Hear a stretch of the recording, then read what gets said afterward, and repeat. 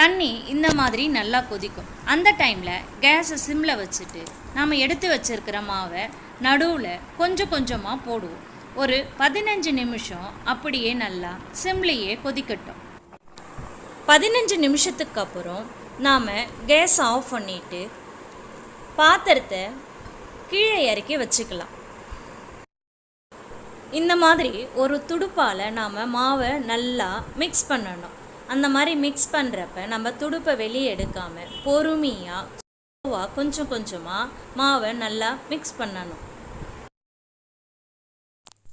மாவை நம்ம மிக்ஸ் பண்ணுறப்ப அந்த பாத்திரம் ஆடாத மாதிரி நம்மோட 2 காலால் ஒரு துணியை வச்சு அந்த பாத்திரத்தை நல்லா டைட்டாக பிடிச்சிக்கணும்.